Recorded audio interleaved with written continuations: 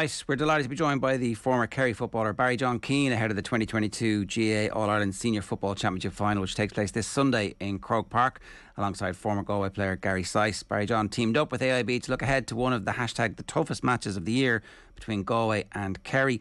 For updates on the match, exclusive content and behind-the-scenes action from the Football Championship, follow AIB GAA on Facebook, Twitter and Instagram. Barry John, how are you getting on?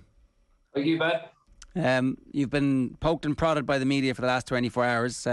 What's the general tone of the line of questioning? Is it basically like, how much are you going to win by?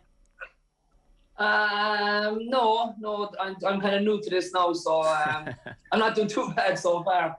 No, as the week goes on, I watched the two games back. I think people are underestimating Galway, but I think, as I said already, if Kerry bring the performance that is needed, I think they should have enough.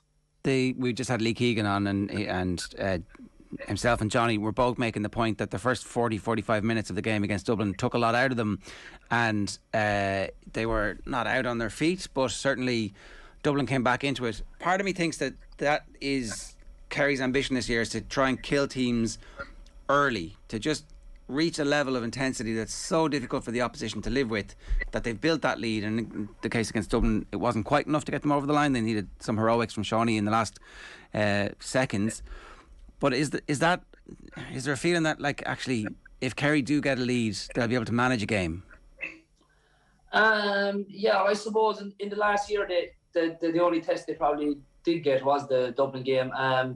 The Mayo game, if you look back on it, the first 15 minutes, Mayo were in the game and they got their purple patch, and I suppose they didn't take their chances. Now, if Conroy and O'Donoghue were there, who were their main marksmen, they might have made the game more interesting going down the last 20 minutes. But in the Dublin game, over the last 10 years, every time you meet him, you know the purple patch is coming, so you have to just, ride it out maybe. The goal, if Shawnee got the penalty, it would have given them a bit more breathing space. They might have been able to set up a bit differently, but I think they plugged away. They didn't force anything in the last 20 minutes. They kept possession. They took their scores. There might have been goal chances on. My party was true, but he took a point. He knew how clinical that would have been. And look, the Dublin are champions 7 or 8 times for no reason. They brought it back, and luckily enough, we got the rubber green with the free at the end. Mostly, it was on the other side for the last few years. Are you concerned about Galway? Yeah, to be honest, I think they're well set up. I think the Galway that we were used to show the last 10 minutes of extra time against Armagh. They were up, was it 6 or 7 points, and they just left them back into it. They held on in extra time. Getting over that with the penalties was probably massive, but especially the last day, it was kind of similar Galway the last few years. They're down 3 points, a bit shaky, but they held to the game plan. They got in for all, and even though it was a draw, it seemed like they were in the driving seat, and they took the game into their own control then and saw it out. So they're just going to be coming in with loads of confidence. I don't think they're going to think, oh, we have a free shot here. They're still going to be hurt. I know it's a while back, but Kerry gave them a demolition in Tralee. So they're going to learn a few things. And as I just heard there, Jack said, Padraig Joyce is around a long while. Cian O'Neill has been with all the top teams, so he'll have his homework done for Kerry as well. Are Kerry in any way bruised from last year, when obviously, they were basically supposed to win the All-Ireland and it just collapsed on them? I don't think so. Look, after big losses like that, and even at any level, you'll probably dissect it for a week, and you can't just live off it. You try to learn off it, take a few things out of it, and just move on and improve. And I said they freshened up. They freshened up the management. The few players have come in, and I think they'll just put last year behind them and try to improve. And they have, to be fair. I know they haven't been tested in Munster, and probably the Dublin game is the only real test they've had. So the next day, it's going to bring different. Their lads are going to set up well Galway, and if Comer and Shane Walsh can put in a performance that people know they can, it could go down to the stretch.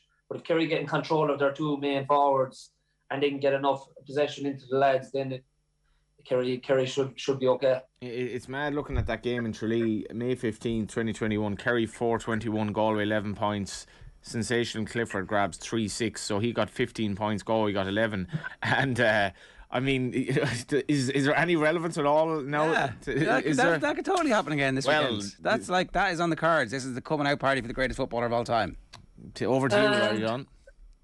Yeah, I can, but if you go back to last year, Tyrone kind of got the same touch in Killarney. They conceded 6 or 7 goals, and then COVID hit, and there was a bit of a break, and then Kerry probably were waiting around for 2 weeks when Tyrone got their break, and it was rescheduled, and look, they got caught in the hop. Kerry had the chances that day. They had goal chances they didn't take, and Tyrone got into extra time and scored the big scores at clinical time. So it can be controlled in a way. I think Kerry have set up better in the last few years. I think they're more I wouldn't say defensively, but they're being Paddy Tally probably has implemented a more tactic and tried to break on the counter. Galway have done the same.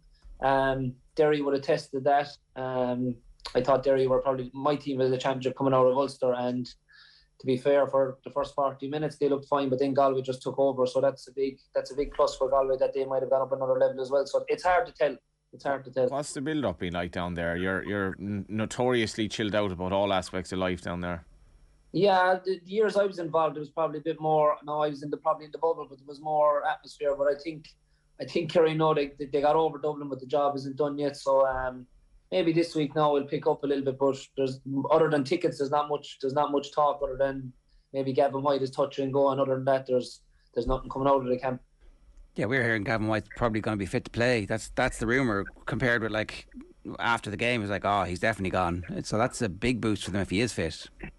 Yeah, well, Paul Murphy will probably slot in anyway, or Gavin Crowley if he's not. But two very good players, but different type of players. I think Galway will be happy to see Gavin White injured because he can break that line. He has that power. So time will tell. I don't think Kerry will change much besides that injury. Darren Moynihan might come in for Jim O'Connor, whichever way Kerry want to go at it. So like I said, there's not much coming out of it. In the All-Ireland final that you guys won against Donegal, it was a very tight, cagey match, and I think we probably expected that with that Donegal team anyway. Galway can do the same. They can also play it tight and cagey, or they can get into a shootout. Which of these is more likely, do you think? I think both could happen. I think the first 20 minutes, I think both teams are going to be just get their stalls set up at the back and try to take oxygen off both sets of forwards, try to man-to-man Clifford, man-to-man Comer, and a bit of help, and vice versa above. And I think like last weekend, the goal there, heavily, no one knew the goal was going to come that quick, and it just opened the game up, and there was fireworks. So I agree with you. Galway can play both ways, but I think Kerry have more individual forwards that can score than Galway. And that's going to tip it in their favour, and that's why they're favourites, and that's why they're going to win. I presume so. They're not going to be looking at that way. They're just. I think they're just going to. The performance is the main thing for Kerry. They know the first 20 minutes are going to be probably something they haven't seen yet this year as defensively. How Jack sets them up on the counter, if they're going to bring back Shane Walsh and Comer, and then they're going to run it, because you see the way Currow Finn are playing. There's 3 or 4 of them boys there. They can run the ball, and they don't cough it up easily. Like, they don't just pass it for the sake of passing it. So that's the other thing. Are Kerry going to leave 1 or 2 back just in case, or push up? We've seen in games similar this year that there's nearly 28, 30 players. The keeper's nearly up most of the time inside one half. So there's a lot of space. Whoever wants to break into that then that's up to them if they want to take that gamble. Just don't bring the goalie out. Yeah, the goal. Yeah, from the last. He was brave enough. I thought he was brave enough coming up. Never mind having a pot. Are there tickets floating around? It seems like the demand is a little bit less than in some previous years.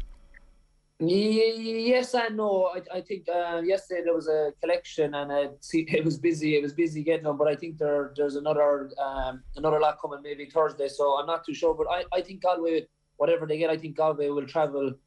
Like, what is it, 20, 21 years? Like, they'll bring as much as they can and bring as much colour as they can. Kerry will travel, but there's still that, I wouldn't say nerves, but this one has to get over the line, like the Dublin game.